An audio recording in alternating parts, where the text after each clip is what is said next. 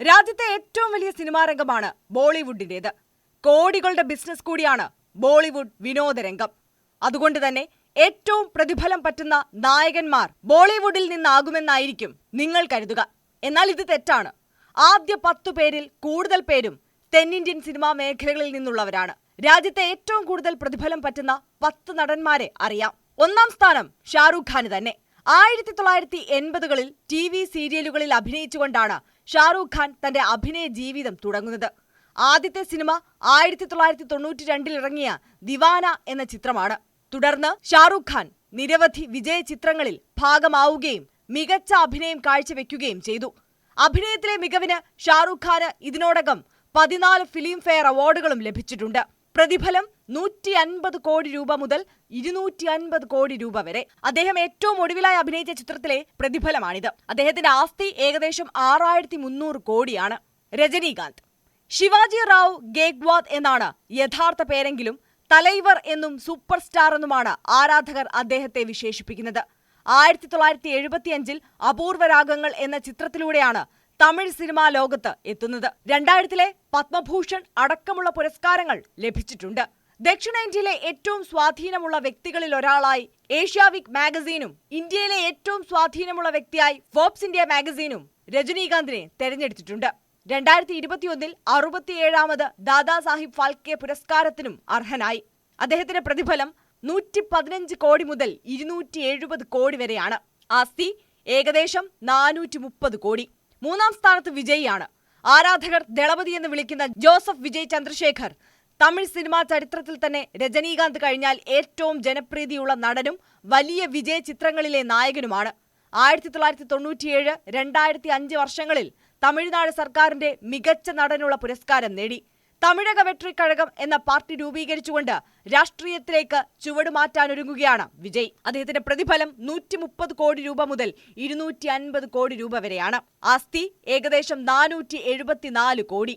തൊട്ടുപിന്നിൽ പ്രഭാസാണ്. 2002ൽ പുറത്തിറങ്ങിയ ഈശ്വർ എന്ന ചിത്രത്തിലൂടെ അരങ്ങേറിയ താരമാണ് വെങ്കിട്ട സത്യനാരായണ പ്രഭാസ്, രാജു ഉപ്പലപതി എന്ന പ്രഭാസ്. ഇന്ത്യയിലെ ചിലവേറിയ ചിത്രമെന്ന റെക്കോർഡുമായി എത്തിയ ബഹുഭാഷാ ചിത്രമായ ബാഹുബലിയിലെ നായകവേഷത്തിലൂടെ പാൻ ഇന്ത്യൻ താരമായി മാറി. മിർച്ചി എന്ന ചിത്രത്തിലെ അഭിനയത്തിന് ആന്ധ്രാപ്രദേശ് സംസ്ഥാന ചലച്ചിത്ര പുരസ്കാരവും ലഭിച്ചിട്ടുണ്ട്. പ്രതിഫലം 100 കോടി രൂപ മുതൽ 200 കോടി രൂപ വരെയാണ്. അദ്ദേഹത്തിന്റെ ആസ്തി 241 കോടിയാണ്.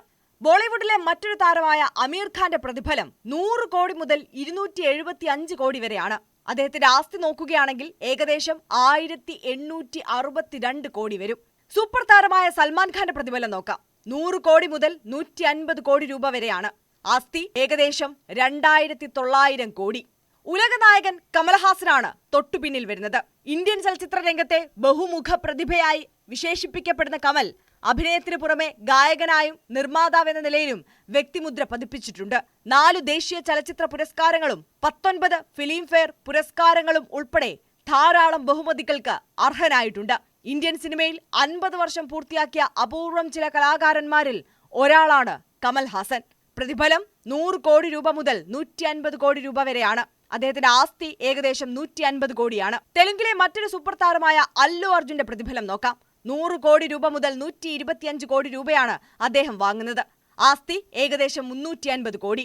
ബോളിവുഡിലെ മറ്റൊരു താരമായ അക്ഷയ് കുമാർ പ്രതിഫലമായി വാങ്ങുന്നത് 60 കോടി രൂപ മുതൽ 145 കോടി രൂപ വരെയാണ്. ആസ്തി 2500 കോടി. തമിഴ് സൂപ്പർ താരവും ആരാധകർ തല എന്ന് വിശേഷിപ്പിക്കുകയും ചെയ്യുന്ന അജിത് കുമാറിന്റെ പ്രതിഫലം 105 കോടി രൂപ മുതൽ 165 കോടി രൂപ വരെയാണ്. ആസ്തി 196 കോടി. ഇതിനിടെ പുറത്തുവരുന്ന മറ്റൊരു കാര്യം ആരാധകർക്ക് ആവേശമുയർത്തുന്നതാണ്. ഇന്ത്യൻ സിനിമാ താരങ്ങളിൽ ബോളിവുഡിന്റെ കിങ് ഖാനായ ഷാരൂഖ് ഖാനും സൂപ്പർ താരം സൽമാൻ ഖാനുമുള്ള ജനപ്രീതിയെക്കുറിച്ച് പ്രത്യേകിച്ച് പറയേണ്ടതില്ല. എന്നാൽ ഈ ബോളിവുഡ് രാജാക്കന്മാരെ പോലും പിന്തള്ളി ജനപ്രീതിയിൽ ഒന്നാമതെത്തിയിരിക്കുകയാണ് പാൻ ഇന്ത്യൻ സൂപ്പർ താരം പ്രഭാസ്. ഓർമാക്സ് മീഡിയ ഇക്കഴിഞ്ഞ ജൂലൈയിൽ പുറത്തുവിട്ട റിപ്പോർട്ടിലാണ് ബോളിവുഡിന്റെ താരരാജാക്കന്മാരെ പിന്തള്ളി ജനപ്രീതിയിൽ പ്രഭാസ് 1ാം സ്ഥാനത്തെത്തിയത്. പ്രഭാസ് നായകനായ പാൻ ഇന്ത്യൻ സയൻസ് ഫിക്ഷൻ സിനിമയായ കൽക്കി 2898 ADയുടെ വമ്പൻ വിജയമാണ് താരത്തെ ജനപ്രീതിയിൽ 1ാം സ്ഥാനത്തേക്ക് എത്തിച്ചത്. ജൂൺ അവസാനം റിലീസ് ചെയ്ത ചിത്രം ഇന്ത്യ ഒട്ടാകെ വൻ വിജയം നേടിയിരുന്നു. പ്രഭാസിനെ കൂടാതെ അമിതാഭ് ബച്ചൻ, കമൽഹാസൻ, ദീപിക പദുക്കോൺ എന്നിവരായിരുന്നു ചിത്രത്തിലെ മറ്റ് പ്രധാന വേഷങ്ങളിലെത്തിയത്. ഓർമാക്സ് മീഡിയയുടെ റിപ്പോർട്ട് പ്രകാരം 1-ാം സ്ഥാനത്തുള്ള പ്രഭാസിന് തൊട്ടു പിന്നിലായി ഇളയ ദളപതി വിജയിയാണ്. കിങ് ഖാൻ ഷാറൂഖ് ഖാൻ 3-ാം സ്ഥാനത്തുണ്ട്.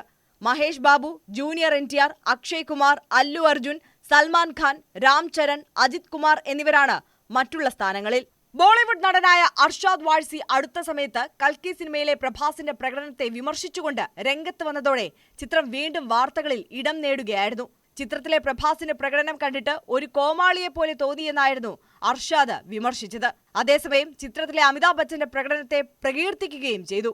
വിമർശനങ്ങൾ ഉയരുമ്പോഴും തന്റെ ജനപ്രീതിയിൽ യാതൊരു കുറവും സംഭവിച്ചിട്ടില്ല എന്ന് തെളിയിക്കുകയാണ് ഈ 1-ാം സ്ഥാനത്തിലൂടെ പ്രഭാസ്.